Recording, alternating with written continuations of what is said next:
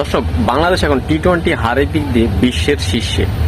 দর্শক, Bangladesh champion West Indies এবং শ্রীলঙ্কার মতো দেশকে পিছনে ফেলে এখন তারা বিশ্বের শীর্ষে চলে গেছে, টি-20 হারের দিক দিয়ে শীর্ষে চলে গেছে। এটা আসলে আমাদের ক্রিকেটের জন্য খুবই লজ্জাজনক। আমরা ক্রিকেটের এত লম্বা সময় পরে আমরা কিভাবে টি-20 হারের দিক দিয়ে শীর্ষে চলে যাই।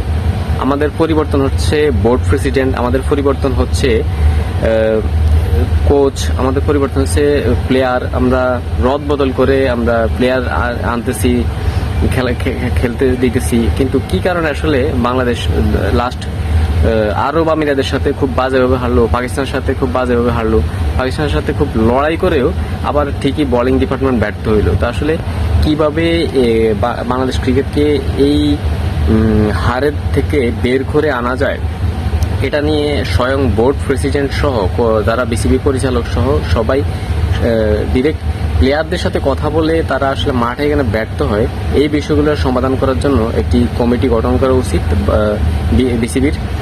তাহলে হয়তো একটা মূল বিষয়গুলো বোঝা যাবে যে ক্রিকেটাররা আসলে কেন মাঠে গিয়ে ব্যর্থ হয়।